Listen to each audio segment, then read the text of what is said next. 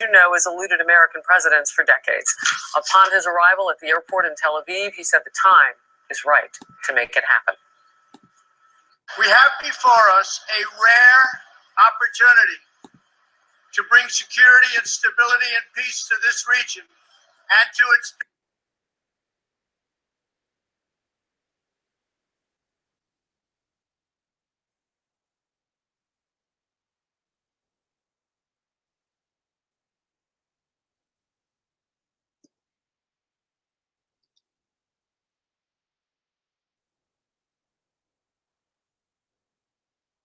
To bring security and stability and peace to this region and to its people, defeating terrorism and creating a future of harmony, prosperity, and peace. But we can only get there working together. There is no other way. I really want to start here as we wait for his remarks with Netanyahu as they come up. We'll, of course, take that event live. But I want to start here with the gravity of where we are right now. We haven't talked a lot about that. The White House has put out a statement that this is the first president to visit holy sites of Jewish, Christian, and Muslim religions, faiths. And, we don't spend enough time talking about the history making that's going on right now. Juan? It's pretty incredible. I think we saw the president there holding his hand against the Western Wall, and the way he was touching it just looked so emotional for him. I don't know that he's a very religious man the way we think of him here at home, but it looked like he was having some thoughts there. But I mean, that is one of the great sites, and of course the politics get involved there again. Israel says that's part of Israel, and the United States couldn't invite Prime Minister Netanyahu to join with the president because they didn't want to signal to the Arab world, to the Palestinians in specific, that they were taking Israel's side in this. But just to see him there, I think, again, when we think about history, very significant. And when you think, Kennedy, about moving forward, I mean, how can you even posture any sort of peace plan if you don't go to the sites that are so sacred to each of those faiths? I think it's such an interesting and strong start. Yeah, and it is interesting that, on his first foreign trip, he's really tackling and, in a momentous way, discussing the three major religions, not only in the Middle East, but on Earth. And, it really says something. It's interesting because we're seeing a new dynamic for him. And, people talk about he's not very comfortable in foreign policy, but this is a setting where there's been so much failure behind him and the expectations are so low. It actually puts him in a better position to talk with the Palestinians and the Israelis. And, of course, even Saudi Arabia. And these are, at least two of these three entities are foes of Iran. So, if you can talk about faith and have respect for that faith and also talk about keeping Iran in check, those are some unifying factors. And if he can keep a gaffe-free trip, it will be a success, not only getting Comey off the front page, but also show him in a foreign policy light that I think a lot of people haven't anticipated. Well, I think what we are already hearing from you, Juan, is that you're already seeing this trip as a success. And I know that we spend a lot of time on the couch talking about the messaging coming out of this White House and the narrative coming out of this White House. And for everything that has been going on here at home and the headlines that have run the last couple of weeks, this trip, Megan, I'll bring you in, seems to be changing that, at least for now. I want to juxtapose this with the fact that President Obama wouldn't even let Netanyahu speak in front of Congress. That's the kind of relationship he had with our greatest ally in the Middle East. And our pro-Israel Americans here in this country have been so deeply offended by President Obama's relationship and seeming, anger towards the Prime Minister of Israel for so long. Now we juxtapose this with President Trump, whose son-in-law is a close personal friend of Prime Minister Netanyahu. So to say that this is polar opposites isn't even doing it lightly. He's there with Jared Kushner and Ivanka Trump, obviously two Jewish Americans as well. So it will be interesting to see their role in this because, as we've said before many times, I'm fascinated to know what Jared Kushner will do because President Trump himself has said that this might be something that he could end up registering peace in the Middle East. It's certainly a high, lofty goal. Every administration has tried, every modern administration has tried to do this, has tried to gain peace in the Middle East. But if this goes well, and gap-free being the number one thing in this, Kennedy, then it will be a huge success and also optically and narratively reset in the way that I think this administration is right now. One of the difficulties is, just so apparent as he lands there, already there's fighting going on, in the West Bank because of the settlement. So you have Israeli soldiers then using their modern technology. Well, this president's been pretty terse and tough with Benjamin Netanyahu on that period. Remember them at the podium, at the double podium? And he let him know, the settlements. He spoke about it. He asked him to delay the settlements, and obviously that puts pressure, political pressure at home on Netanyahu. But that's already a visual difference, wouldn't you say? Yes, I think it's a huge problem. Why is it a problem? You don't see it propelling this forward? Well, no, because, in fact, one of the Israeli concerns about President Trump is he goes from Israel over to the Palestinian territories on Wednesday, and he is promising a two-state solution at a moment where Netanyahu at home does not have support for a two-state solution. So, but the president also said, the president said publicly, it could be two-state, it could be one state. I'm open. That when he's a deal maker, but he's clearly trying to emphasize you got to make a deal with the Palestinians. For the prime minister to see this president try to make a deal, and as Kennedy's pointing out, you talk about it. I think it moves the ball forward because we're discussing it. And we're talking about it in a different way now. I mean, this is a president who, just based on his recent actions, I don't think anybody takes lightly when he says he's going to try. I'm just, for someone like me who's hyper pro-Israel, it's one of the factors that I vote on. This is such a refreshing change, even where for some of the faults that have happened, again, not bringing up human rights in Saudi Arabia, this really is such an incredible tone shift. And even if just this trip, him visiting and speaking with Prime Minister Netanyahu, that's already a huge leap forward from the past 8 years. And we have to give him credit where credit's due on this. And there's been a huge frustration for so many of us who are pro-Israel the last 8 years. We had a president who seemed to just have a complete and total adversarial relationship with Netanyahu. And no matter what happens, I think just the symbolism in and of itself is already a step forward. Why was it adversarial? Adversarial about things like the settlements. And here's Trump saying the same thing Obama said about the settlement. It is historically unprecedented not to let the Prime Minister of Israel, our greatest ally in the Middle East, to be able to speak in front of Congress, to not invite him to the White House. It happened for 8 years. What do you mean he was in the White House? What are you talking about? They showed an already frosty relationship. I mean, no, that I take, but come on, he's invited him to the White House repeatedly. They had a notoriously adversarial relationship. Yeah, and guess why? Netanyahu was doing things that did not advance what has been across the generations the American prescription for peace, a two-state solution. This is optically the way that President Obama and many liberals see the world, and it is completely, as I said, juxtaposed with how President Trump, and not only conservatives, but just pro-Israel America. I think the president would love to see a bipartisan win. I think that, obviously, any president wants to bring peace between Palestine and Israel. But if the president could actually do this, I think one of the big incentives for him is that it would please Democrats, Republicans, Israelis, Palestinians, and Americans. It would please the world. It would be one of the great accomplishments of all time. Can you imagine anything more for this president? We're watching the situation happen, and we're waiting for those cars in the distance on this left side of your screen to start moving so that we know that the president is moving on to his next spot. He's going to be meeting with Prime Minister Benjamin Netanyahu for the world to see now, with some quick remarks before they head to their next event. We've been talking a lot about words, and so I just want to utter some, and I go back to the Israeli President Rivlin, who said today, "Mr. President, we are happy to see that America is back. America is back again. You marked the defeating of ISIS as one of your top missions. This is the most important objective. Israel will do everything in its power in order to assist you in that mission." We haven't heard that kind of language. And you can talk about the semantics and the particulars of who met where and all that stuff. I mean, this texture of their relationship seems to be evolving before our very eyes. This is an important part of history. And to keep setting up the president's words in just a few moments from now, when he landed at the airport there, he said he urged both sides to take advantage of the rare opportunity for peace during his administration. He has called this the ultimate deal. So to say expectations are pretty much high heading into this. I mean, and the stakes are high too for all the reasons we've been talking about. We're going to continue on, and we're seeing a little bit of movement on that screen. So we're going to bring it to you live as these remarks come from our president and the Prime Minister of Israel. Stay close. You don't want to miss a second.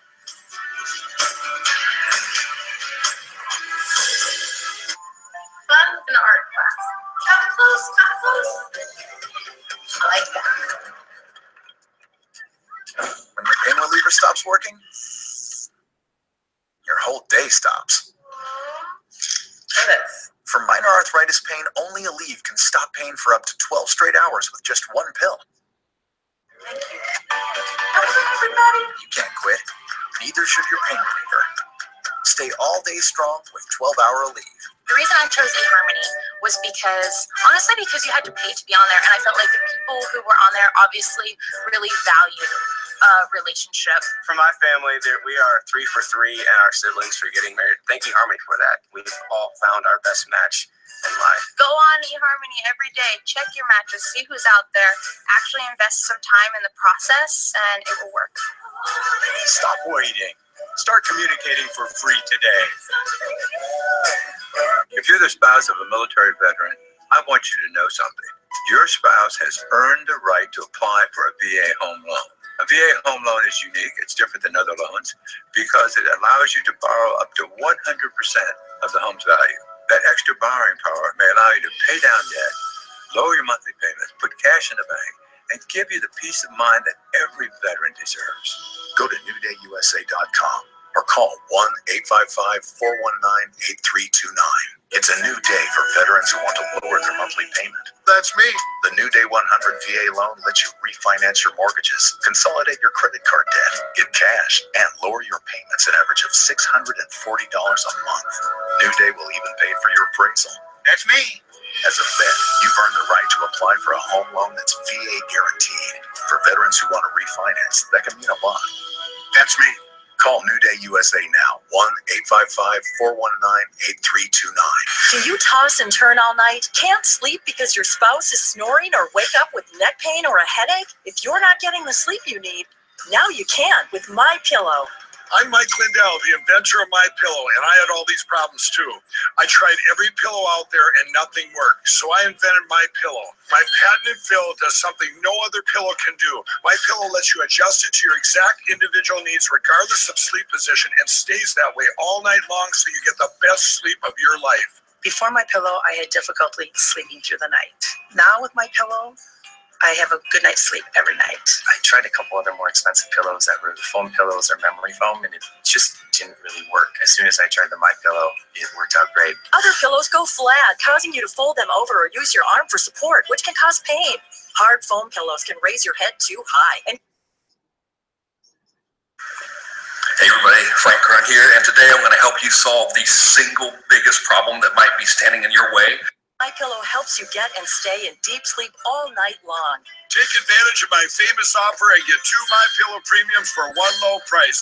Call or go to MyPillow.com. Be sure to use the promo code and I'll give you free shipping. I invented MyPillow because I believe everyone should get a great night's sleep. I do all of my own manufacturing in my home state of Minnesota, and every part of MyPillow is made in the USA.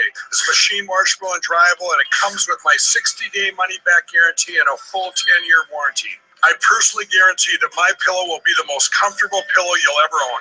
Call or go to MyPillow.com now, and Mike will send you 2 of his premium MyPillows for one low price. Use the promo code on your screen for this exclusive TV offer, and Mike will include free shipping.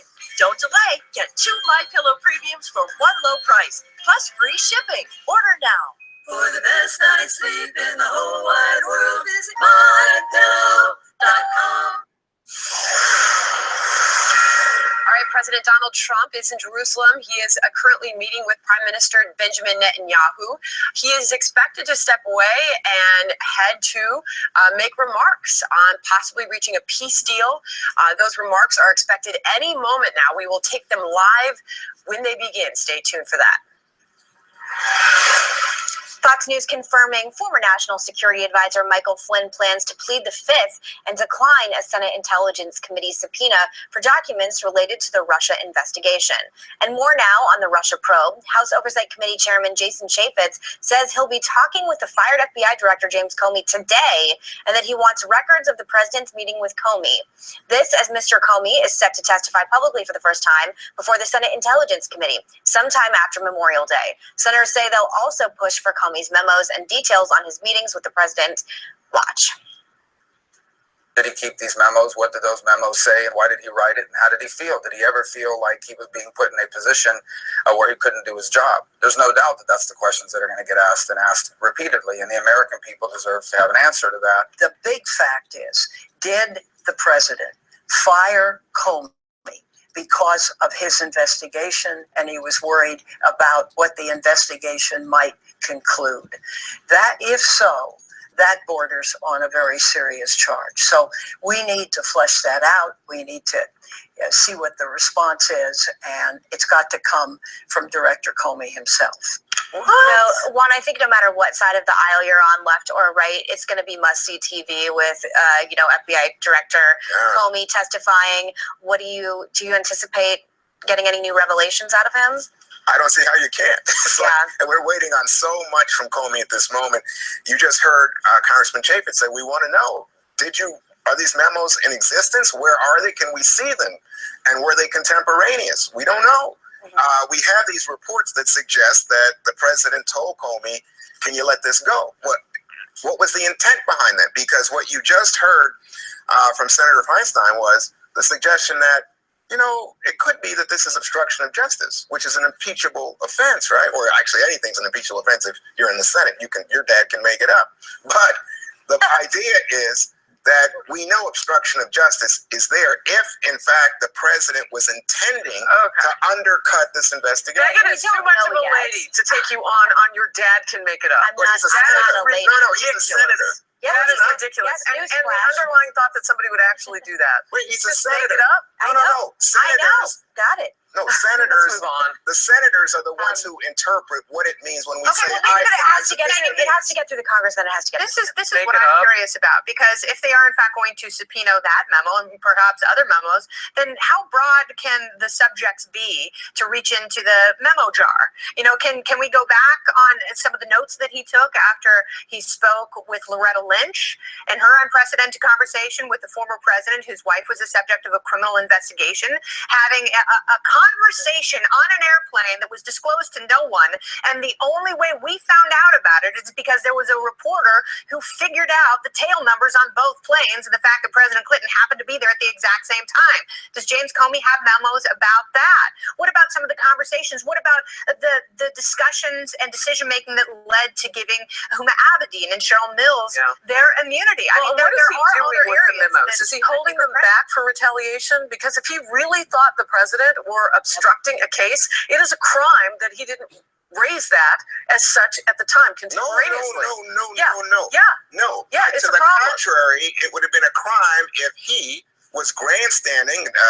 Let's not think some of the Trump people, Comey, think that Trump's the Comey's a grandstander. No. He had a responsibility to turn that memo over. No, he did not. And to raise the idea of there's a problem here. I keep telling you no, and you keep talking to me like you don't want me to say it, but I'm going to tell you that what he did was to protect the integrity of an ongoing investigation, keep contemporaneous notes. If he had come forward, it would have stopped the investigation. You at least have to concede that there's a huge credibility problem with James Comey on both sides. And I have friends that are huge Trump supporters who said, well, what if James Comey, I don't know how he takes these notes. What if he created it? What if he made it up? I mean, there are a lot of questions about the credibility of this man, which, by the way, from the left and the right, this was bipartisan. So part of the problem is there's a total lack of distrust of James Comey just as a person to begin with. And there are so many things flying around everywhere that haven't been proven, anonymous sources everywhere, and I think everybody needs to take a breath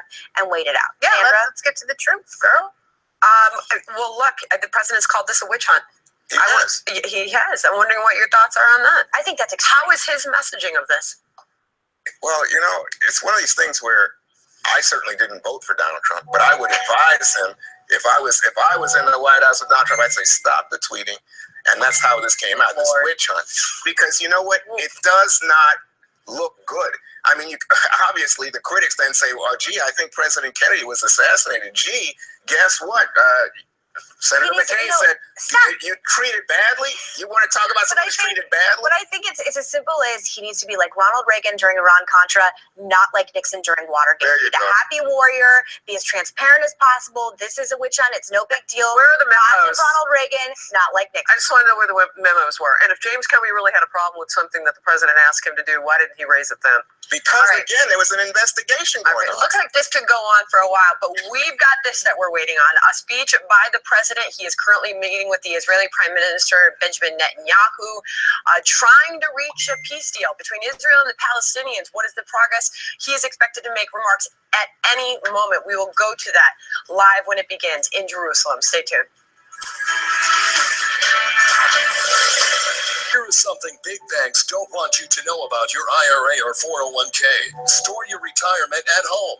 With the Augusta Home Delivery Gold IRA, you can transfer your current IRA or 401k into approved physical gold and silver coins. No management fees, no depository fees, and you have direct physical control over your IRA because your IRA gold and silver coins will be delivered to your door with free shipping and free insurance. You can store approved coins in your safe at home or in a safety deposit box at your local bank. Augusta Precious Metals is the leader in home delivery gold IRAs. With an A+ rating from the Better Business Bureau, AA from the BCA, gold and silver have been the family business for over 40 years. Call 800-345-4IRA for our free guide to Augusta Home Delivery Gold IRAs and discover how you can get up to $2,000 in silver free. If you can't hold it, do you really own it? We get fries for 316, please. Thank you. David, what's going on? Oh, hey. That's it? Yeah. Everybody, 2 seconds.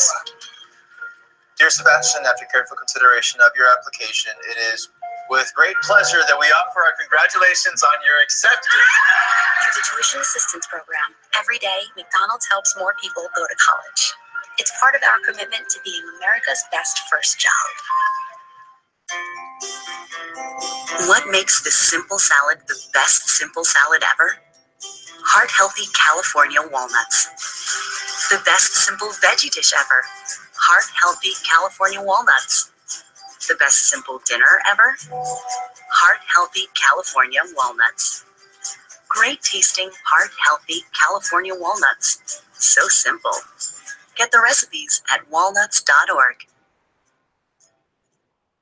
Do you tell yourself, today's the day, I'm gonna lose the weight, but nothing changes? Well, today's the day. Just call Nutrisystem. I'm Brian, and I've lost 75 pounds on Nutrisystem. I'm Chris, and I lost 120 pounds on Nutrisystem. Lose 15 pounds and 7 inches overall in your first month. Lose weight fast. Money back guarantee. I got to eat my favorite food. I got to eat, and I got to eat a lot. Nutrisystem for Men is the real deal. Real food that gets real results. Order your 28-day program right now and get all new Nutri-Crush bars to crush cravings free, and 1 week of Turbo Shakes to bust that gut free. Nutrisystem just gave me my life back. These guys are just like you. They made the call and they got the results. Lose weight, boost energy, improve your health with Nutrisystem for Men. Call or go online in the next 2 minutes and we'll throw in FedEx shipping free. Lose 15 pounds and 7 inches overall in your first month. Make the call now.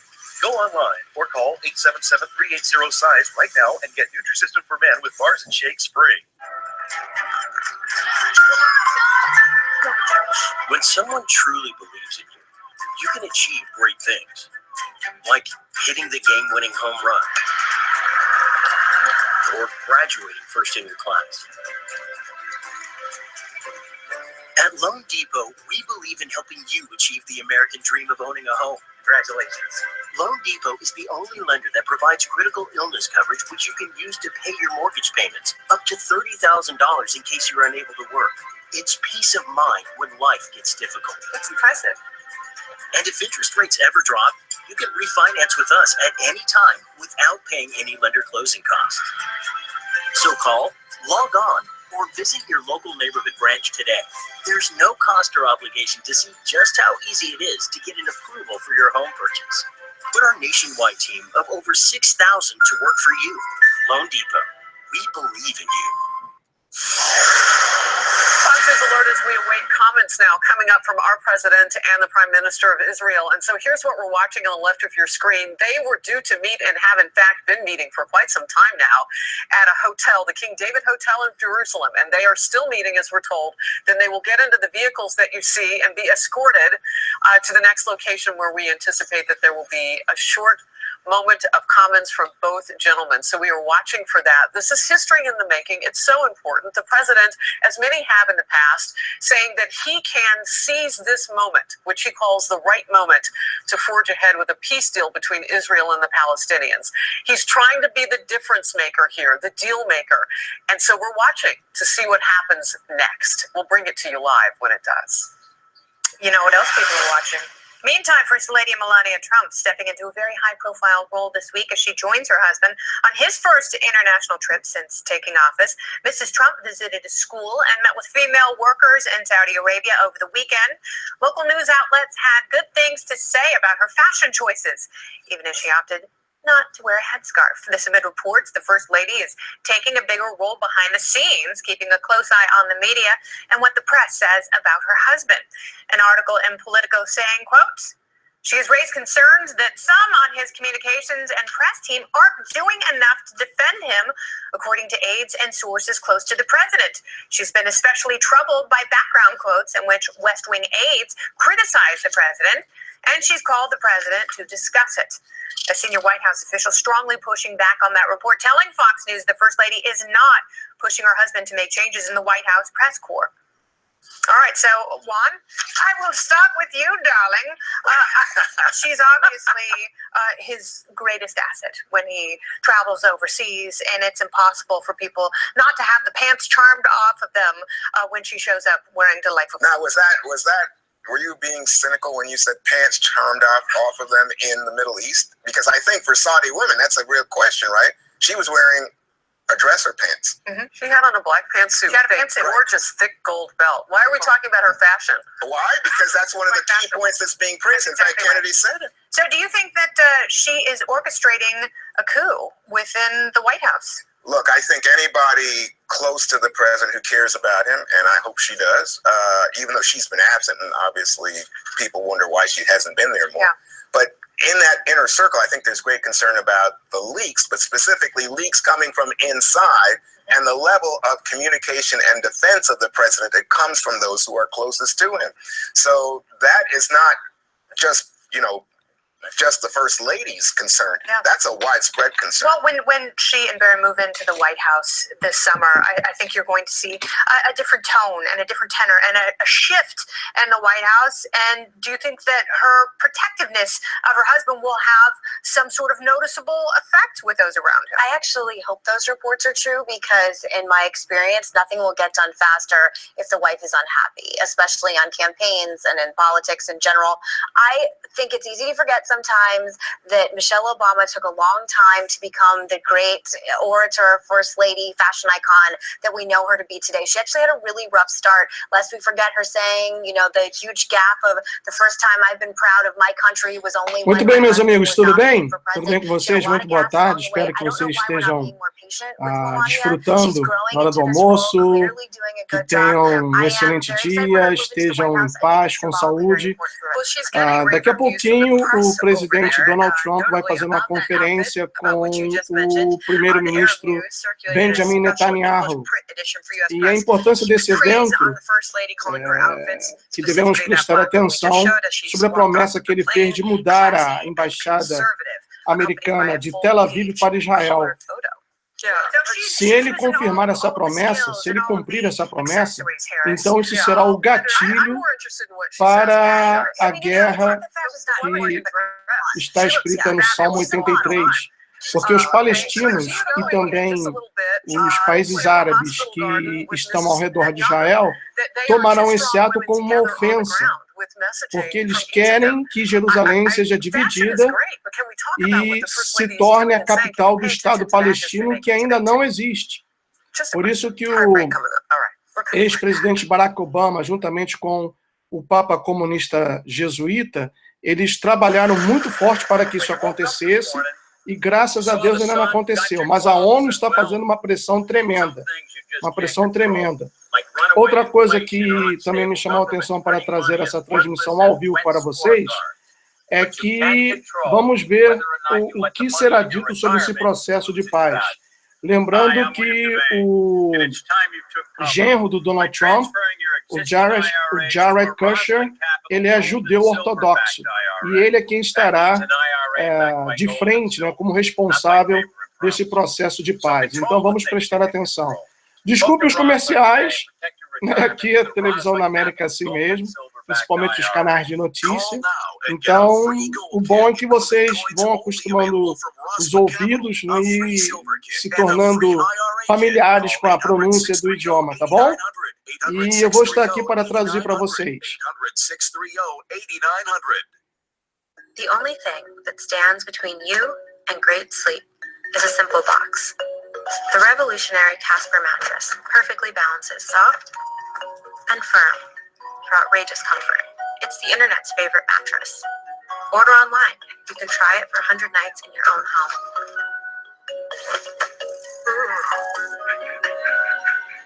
And if you don't like it, we'll pick it up and refund you everything. Visit Casper.com for special offers. Fred Bear is live from Saudi Arabia, covering the president's first foreign trip and America's late.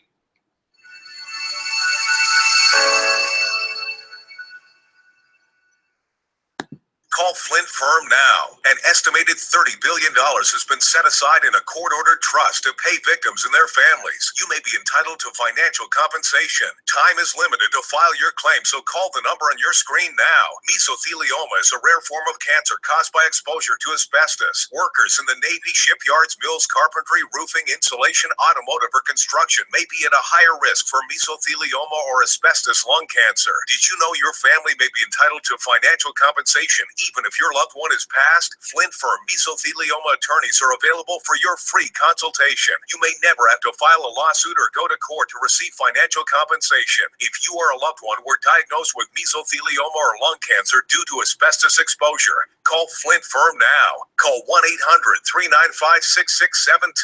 That's 1-800-395-6672.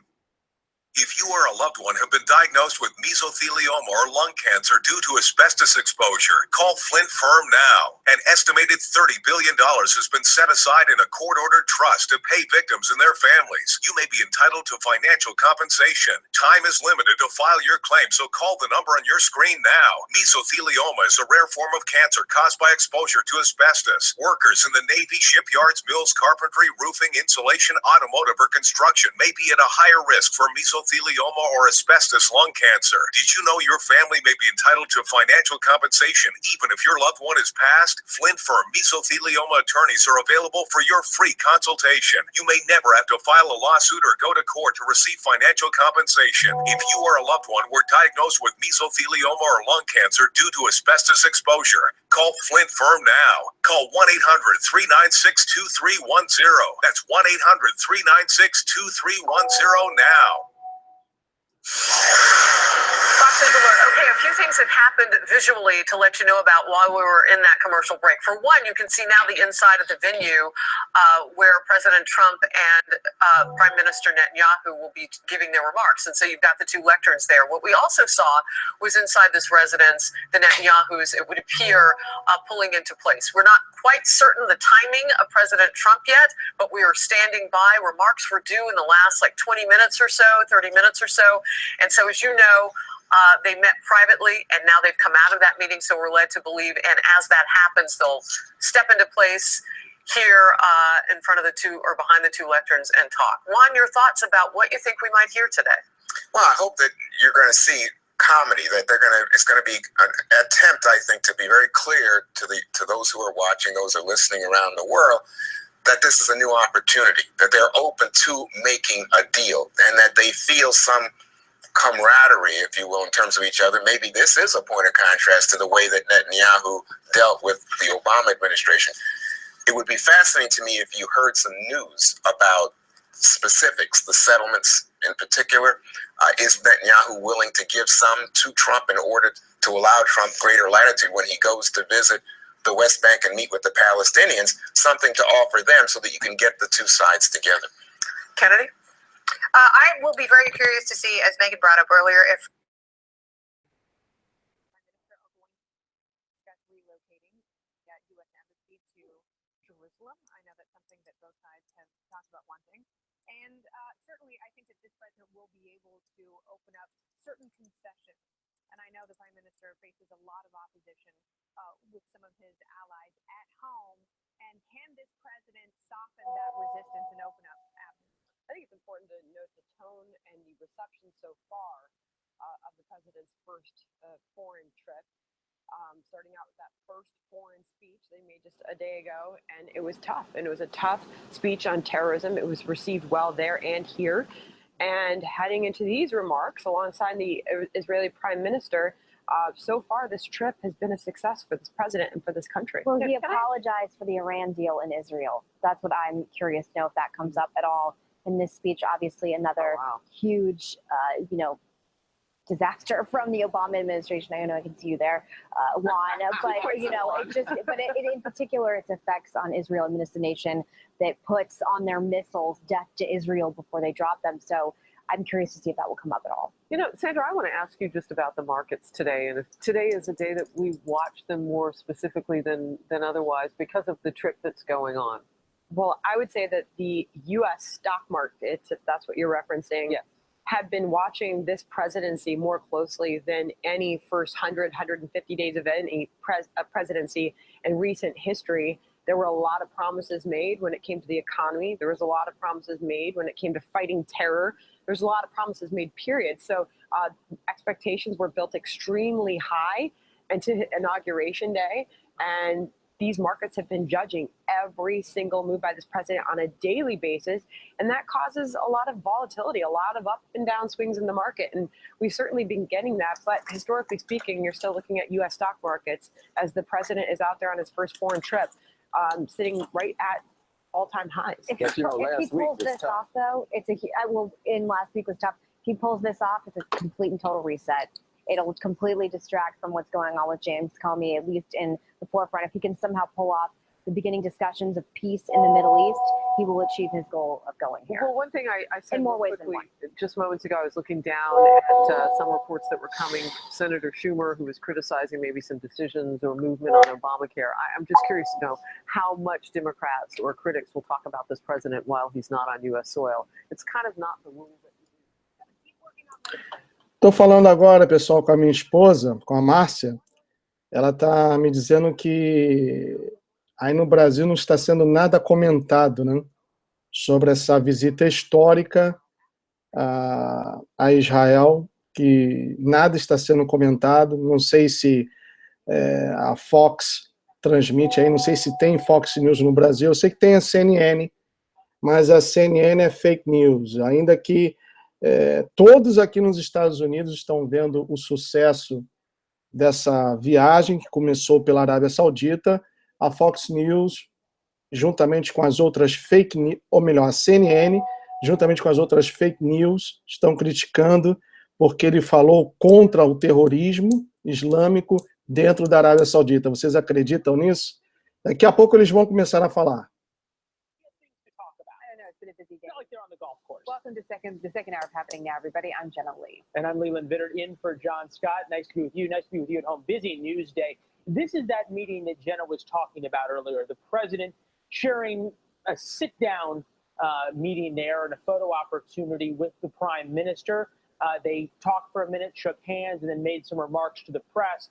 The common topic between both of them was Iran. I can see a much deeper path to friendship with Israel. Bom, ainda não começou, isso foi um encontro que ele teve antes com Benjamin Netanyahu, em que eles comentaram muito sobre o acordo que o Barack Obama fez com o Irã, esse acordo desastroso. E o Benjamin Netanyahu disse para ele: nós sabemos que você tem uma posição forte contra esse acordo que foi feito com o Irã, que também é do interesse de Israel. E aí a visita dele ao muro, em que ele está acompanhado por um rabino ortodoxo e um outro rabino também, o ortodoxo de chapéu preto, né, de chapéu negro, e ali ler um salmo para ele.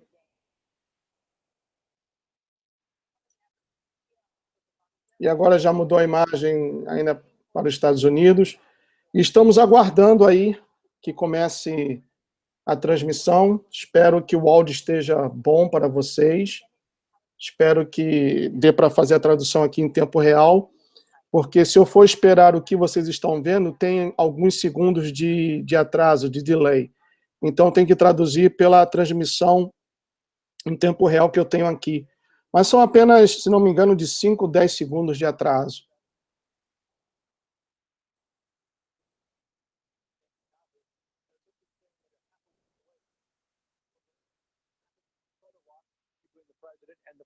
When a question was shouted about the issue as to whether President Trump shared some intelligence with Russia that was actually developed by Israeli intelligence. The Prime Minister Netanyahu rushed to assure the press that everything was just fine, and then the president decided he wanted to weigh in as well, just as the press was being shooed out of this photo opportunity. Watch how this all unfolded here. Your intelligence cooperation is terrific. Thank you, guys. I never mentioned the word or the name, never mentioned it during that conversation. The role saying I did. So you had another story wrong. Never mentioned the word Israel. The president insists he did not tell Russia that the intelligence came from Israel, but that's not what was ever reported. The only thing that was ever reported was that the president shared some intelligence with Russia, and then it was later found out that that intelligence was developed by Israel. That disconnect aside, though, the president seeming to continue the progress that he made on this trip, a couple of days that he spent in Saudi Arabia, try to forge new partnerships with nations in the region. The president of Israel, Reuven Rivlin, today applauding the fact that the relationship between the United States and Israel is getting on a more firmer footing. Watch this exchange here. We are happy to see that America is back in the area. America is back again. I am thrilled to be here on behalf of the American people. I know Israel and America share the same goals, and I have great confidence that we can achieve tremendous success. And one of those tremendous successes that the president is hoping that can be achieved through further cooperation, not only between the U.S. and Israel, but the U.S. and the Palestinians and the United States and the Arab world, is potentially an Arab-Israeli peace deal. Can you imagine? Peace, finally, between the Palestinians and Israel. The president's optimistic. Of course, there are still a lot of things, Jenna, that stand in the way of that. So, not like this is going to happen. Aí está o primeiro-ministro Benjamin Netanyahu, juntamente com a sua esposa, estão esperando o Donald Trump com a esposa dele. Esse daí, se não me engano, é a Rei Davi, um dos mais conhecidos em Israel, em Jerusalém.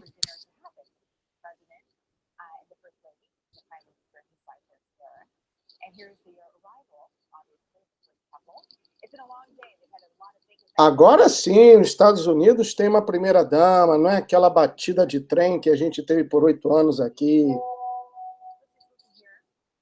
Isso é ao vivo, pessoal. Espero que o áudio esteja bom, que vocês possam ouvir a minha voz e também, como fundo, o áudio original.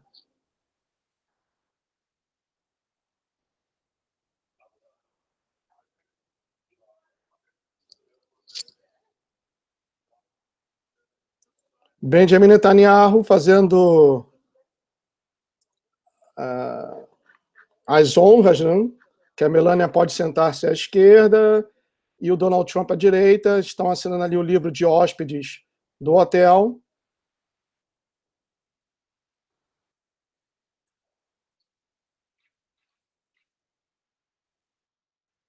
Oito e 5 em Jerusalém. Aqui é 1h05, 7 horas de diferença. Aí no Brasil, 2h05.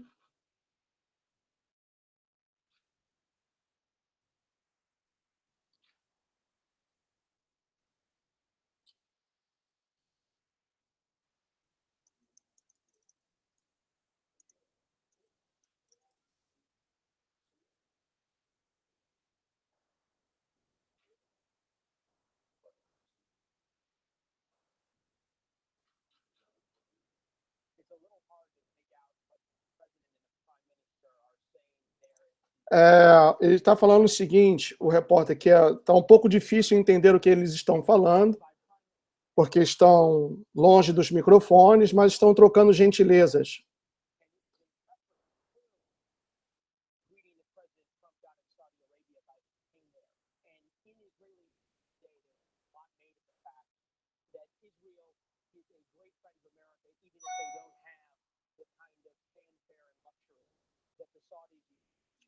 E ele está falando que a imprensa israelense hoje estava comentando sobre os laços históricos entre Estados Unidos e Israel, que ainda que Israel não tenha o luxo que tem a Arábia Saudita, mas que a amizade que une os dois países é uma união inquebrantável. A esposa do primeiro-ministro Benjamin Netanyahu é muito gentil.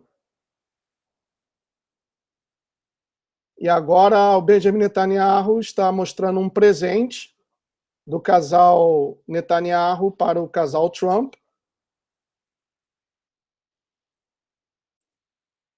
E Donald Trump falou isso é realmente muito bonito. E o Benjamin Netanyahu estava explicando sobre a origem, né, desse presente, como tudo começou em Israel. E agora mais fotos.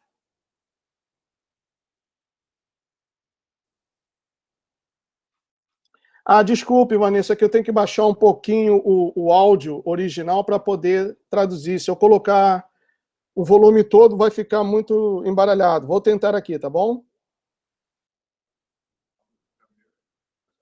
Eles agora estão tirando fotos para os jornais, para a imprensa.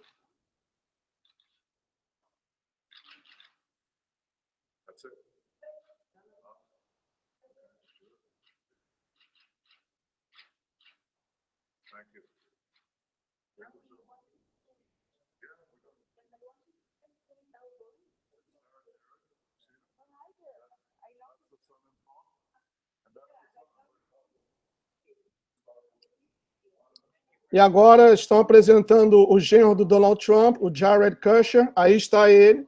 Não, não é esse não, Pedro. É esse daqui, ao lado do Donald Trump, que é um judeu ortodoxo.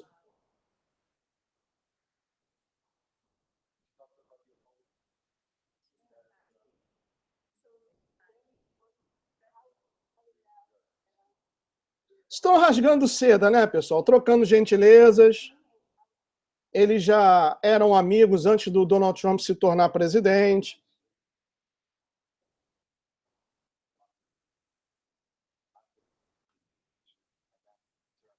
Esse daí é o filho do Benjamin Netanyahu, que está falando com Donald Trump.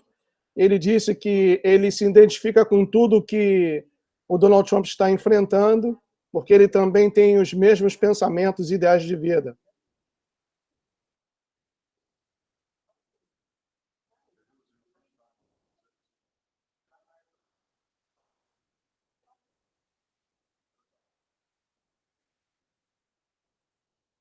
O Benjamin Netanyahu agora vai fazer uma tour, vai mostrar o hotel para o Donald Trump.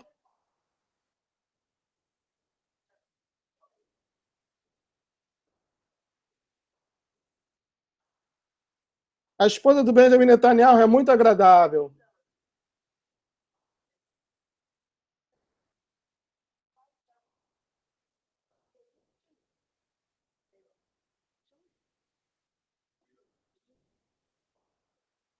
Estão mostrando alguma coisa que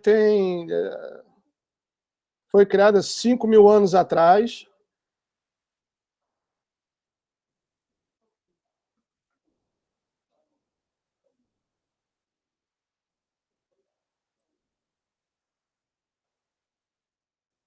E aí vocês podem ver repórteres também, serviço secreto, proteção.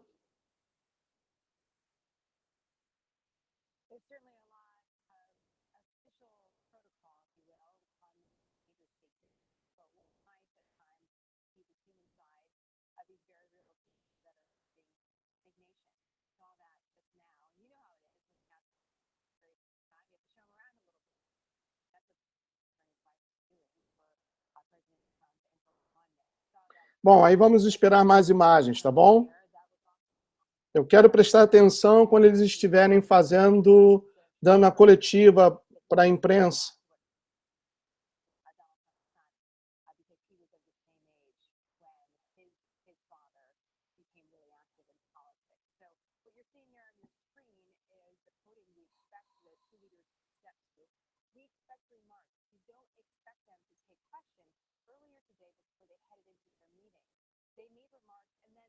there were shouted questions, and there was a little bit of an improv moment where we learned something. So we're going to be waiting very patiently for the remarks to happen and also to see what happens after that. Just want to underscore a couple firsts of this trip. This is the first time that the American president, according to the Prime Minister of Israel, made Israel stop on the first abroad. This is the first time the American president, and really to our knowledge, any U.S. official flew directly from Saudi Arabia to Israel because of the lack of diplomatic relations between those two countries. And today also a first and historic trip for the American president, who made the first trip of any American president to the Western Wall. So it's been a big day. It's 8 p.m., just past 8 p.m. in Israel, Leland, and a lot occurred, and we're going to hopefully get a little bit of an idea of what these two leaders discussed during their colloquial meeting. A huge day, really, much the same way there's sort of been a reset of U.S.-Saudi relations that we saw play out over the past 2 days. You're watching the reset of U.S.-Israeli relations. I was there a couple of years ago when President Obama visited Israel, and it was very different. The coverage in the body language and words of the two leaders, and you saw from President Trump and Prime Minister Netanyahu this uniting on the issue of Iran. O que está sendo dito agora na Fox News é o seguinte, que já deu para notar a diferença, e fazendo uma comparação nessa viagem e o recebimento que teve o Donald Trump, comparando com o recebimento que teve o Obama, que o Obama se sentiu desconfortável e não demonstrou assim muita vontade em ajudar Israel, e já o Donald Trump é completamente diferente, que o Benjamin Netanyahu está bem à vontade, porque eles já se conheciam antes do Donald Trump se tornar presidente, e o Benjamin Netanyahu sabe do apoio que o Donald Trump presta a Israel. Então, é mais um encontro de amigos do que um compromisso para cumprir um protocolo oficial.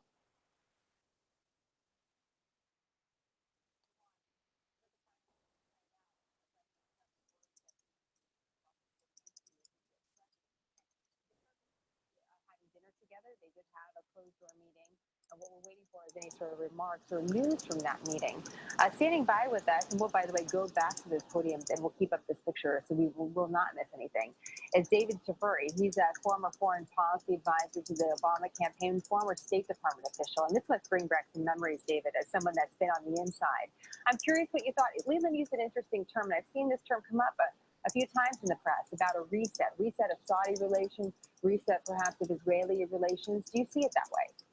Well, each of our allies are hoping for a reset when there's a new administration. They're hoping to get more out of the administration. I think there was a lot of hope that President Trump was going to be the strong supporter of Israel that he suggested he would be during the campaign. There was a lot of exuberance on the part of Prime Minister Netanyahu and his supporters, and President Trump made lots of promises during the campaign that Israel really hoped might happen, like moving the embassy from Tel Aviv to Jerusalem, like ripping up the Iran nuclear deal. Now, reality has set in. President Trump has charted a slightly different course, a more moderate course, and President Trump has also talked about how he wants to bring the Palestinians back into a peace negotiation process with Israel. That requires that more moderate course to get both back to the table. So there's lies the tension. There's the President Trump Israel hoped for that was going to support Israel no matter what. And there's the President Trump who wants to try and restart the peace negotiation process. And Israel, like America, is very divided politically. And so that also has caused tension around this visit and what U.S. policy should be towards Israel. I'm so glad you pointed that out, because we have our own complexities here at home. We understand there's a lot of diversity of opinion, and we can't forget that that's also happening overseas as well. I'm curious, David, what you think a win would look like. Everyone's trying to grade this trip as it's happening. As we await these remarks, what would a win look like for President Trump when it comes to Israeli relations? Well, look, this is a historic visit. As you mentioned earlier, there's a number of firsts here. First time the president has visited Israel on his first trip, first sitting president to go to the Wailing Wall. I don't think we can expect much more than that to be a win. I think the president going there, as long as the president doesn't make any mistakes, this visit is a little more off the cuff than the visit to Saudi Arabia, which was highly organized and orchestrated. So if the president comes out of this visit without making any mistakes, and if he is able to sort of start the process of getting the two sides, the Israel and Palestinian, back to the table, then that would be a success. And if he can also get some concessions from Israel towards the West Bank and Palestinians, like some of the more modest concessions, such as some economic agreements between the two, like things that will help the Palestinian economy, then that too would be a success. But I just want to mention, by the way, the UN ambassador from Israel was on our program during the first hour of Happening Now. He mentioned the economic... Parece que vai começar, pessoal. Aí as duas primeiras damas.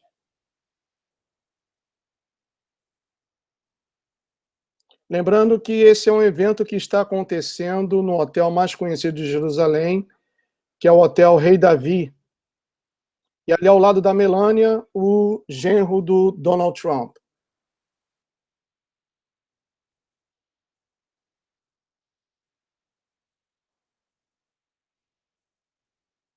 Vamos lá. Muito obrigado.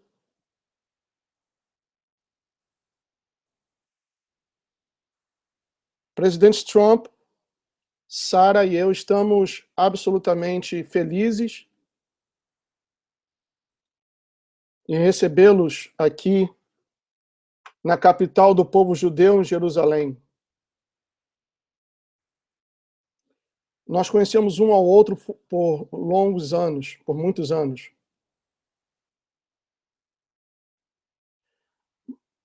Mas também é magnífico ver o despertar de uma longa amizade. E eu estou muito satisfeito em vê-lo e de tê-lo aqui em Jerusalém.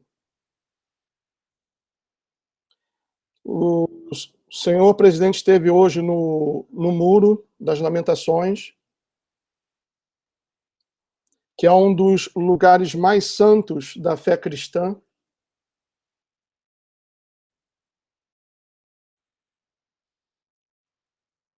Nós, os judeus, protegemos os lugares cristãos como nenhum outro em todo o mundo. E esses lugares são lugares para visitação de pessoas de toda classe de fé.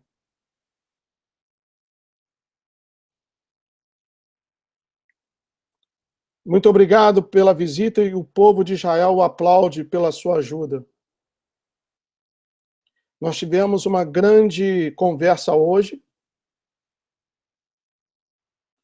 Falamos sobre as desregulamentações, economia e a respeito de muitas coisas que ambos queremos conseguir para os nossos países.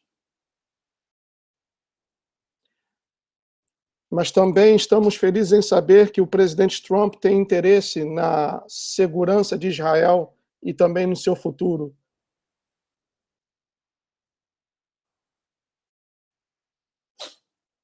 Eu quero que o presidente saiba o quanto nós apreciamos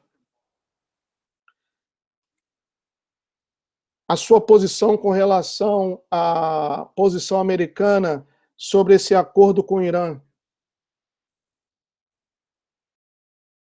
Já que os Estados Unidos quer rever esse acordo e o Irã quer usar armas nucleares contra o povo judeu.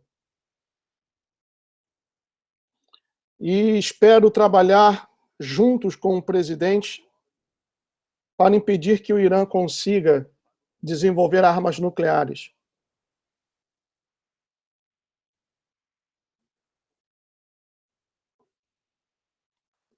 Não podemos aceitar a ambição do Irã em se tornar influente na região.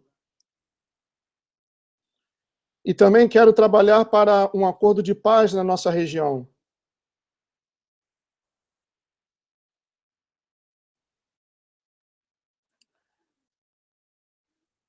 Que o nosso inimigo comum, no caso ele se referindo ao Irã, não pode se tornar uma força na região.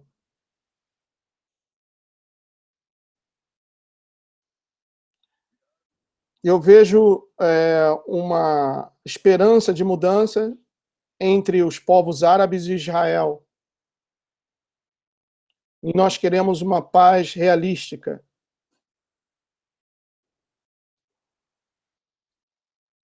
E muito obrigado pela sua visita histórica.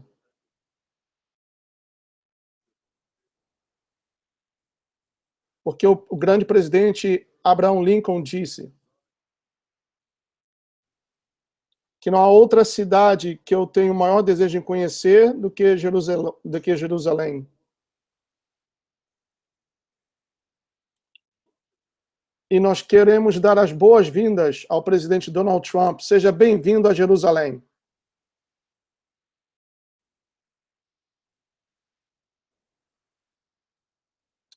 Muito obrigado e é um prazer, uma honra estar aqui juntamente com meu grande amigo Benjamin Netanyahu e a sua linda esposa Sara. Muito obrigado. Obrigado pelo presente que vocês deram, que a minha esposa Melânia ainda está comentando. Perdão aqui pelo comercial, cortou. Voltando aqui, pronto. Quando você visitou a Casa Branca, nós tivemos uma excelente conversa. E essa é a minha primeira visita a outros países como presidente dos Estados Unidos. E eu estou estupefato, surpreso pela recepção, pelo carinho de estar na Terra Santa e também pelo fato de vocês serem um povo muito legal, muito bacana. E que essa viagem, tenham certeza, está marcada no meu coração para sempre. E vem reforçar os nossos lados de amizade. E nós compartilhamos os mesmos pensamentos, e nós queremos que Israel tenha paz. Nós somos mais que amigos. Nós somos aliados, com muitas coisas em comum, com muitas oportunidades à nossa frente.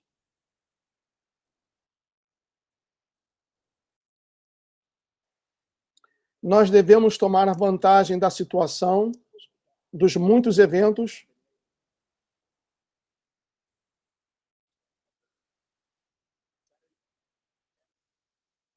isso inclui a prosperidade, troca de informações, enfrentar o inimigo comum, as ameaças, combater a violência, acabar com o sofrimento.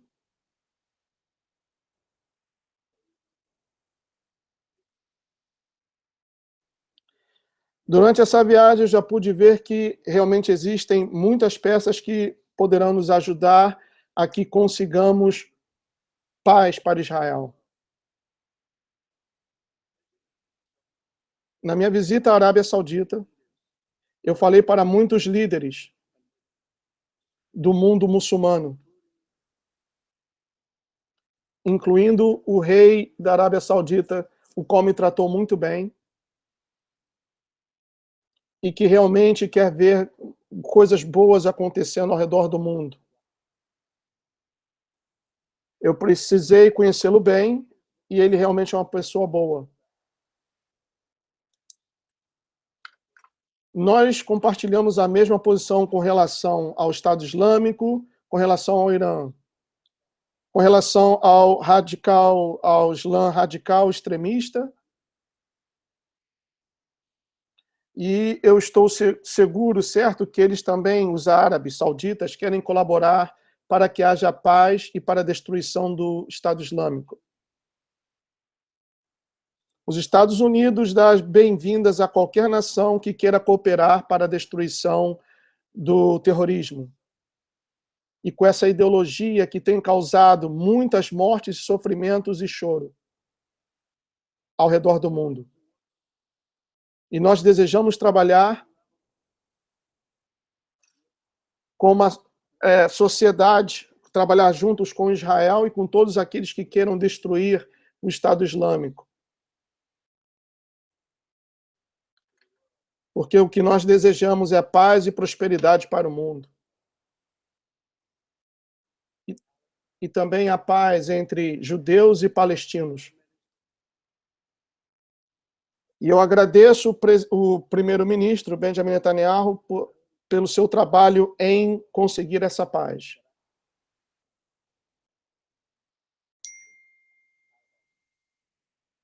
Ainda que essa paz esteja um pouco distante, mas eu tenho um sentimento, um pressentimento que chegaremos a um denominador comum. Assim espero.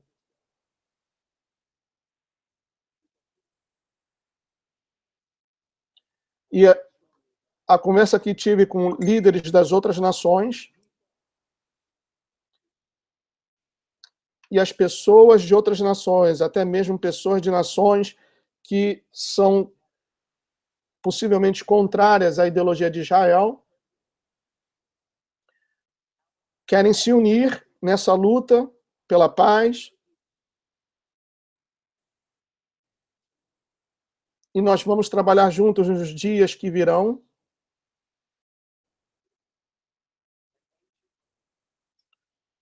E queremos proteger essa linda e santa cidade. É um prazer e honra estar aqui nesse país. Muito obrigado, Sara. Muito obrigado, Benjamin Netanyahu. É um prazer.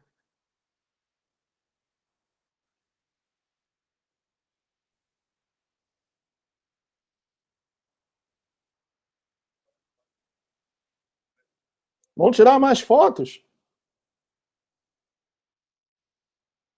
Come on, come on.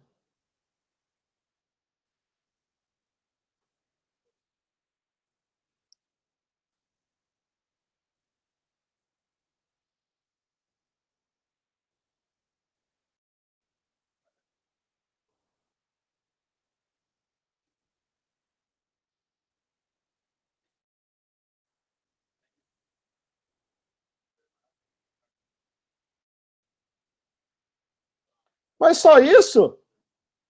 Ah, não, agora eu fiquei triste, pô. Fiquei decepcionado. Eu pensei que fosse falar mais coisas.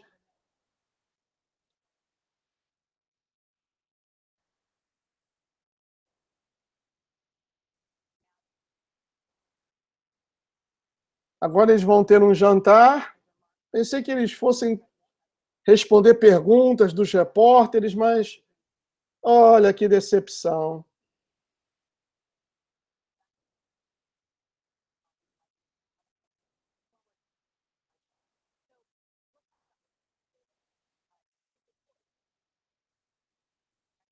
Ah, não, agora eu fiquei decepcionado. Pensei que fossem comentar alguma coisa a mais, que eles estariam abertos a perguntas e responder às perguntas. Foi apenas um somebody love, e agora vão comer.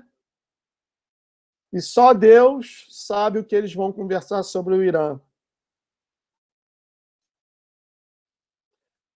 Peço desculpas, meus amigos. Pensei que fosse algo mais assim importante, que fosse realmente revelar algumas coisas, mas infelizmente não. Infelizmente não.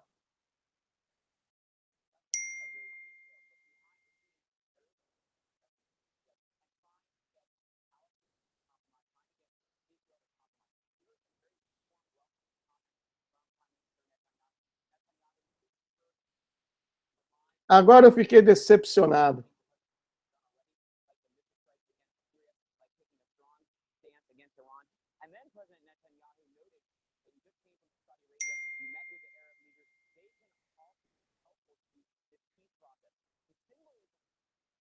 Sim, há coisas que eles não podem comentar em público, né? Há coisas que eles não podem comentar em público, mas que pelo menos ficassem ali meia hora para responder as perguntas dos repórteres. Realmente, eu confesso que fiquei decepcionado. Isso criou uma expectativa grande em mim, por isso eu quis transmitir para vocês. E não considero que foi uma perda de tempo, porque tivemos a oportunidade vocês tiveram a oportunidade de ver como é um canal de televisão de notícias aqui dos Estados Unidos, ouvindo um pouco de inglês, mas realmente estou decepcionado. Estou decepcionado. Bom, vou descansar um pouco, daqui a pouco eu vou trabalhar, entre as 5 da tarde. E vamos ver o que acontece durante o dia, né? Vamos ver. Então, deixa eu voltar aqui a tela para mim. Cadê aqui?